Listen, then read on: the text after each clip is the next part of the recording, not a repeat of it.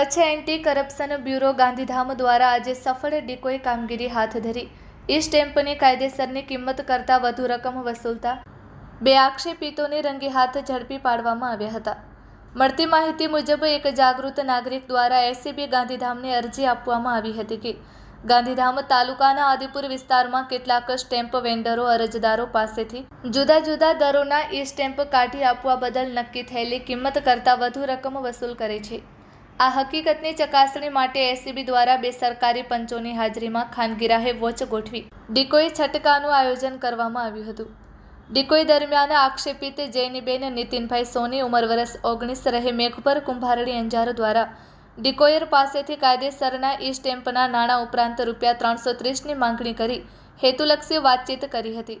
ત્યારબાદ ગેરકાયદેસર રીતે લાંચની રકમ સ્વીકારી આક્ષેપિત અનિલભાઈ સોમદત્ત નાથાણી ઉંમર વર્ષ 55 ધંધો એડવોકેટ ઈ સ્ટેમ્પિંગ વેન્ડર રહે આદિપુરને આપી હતી।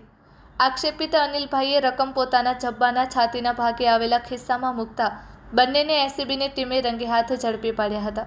આ કામગીરી દરમિયાન ₹330ની લાંચની રકમ રિકવર કરવામાં આવી હતી। ગુનાનું સ્થળ Anil S Nathani complex ward number 2A Adipur તાલુકો ગાંધીધામ જિલ્લો કચ્છ હોવાનું જાણવા મળ્યું છે। Report by Bharati Makhijani Gandhidham.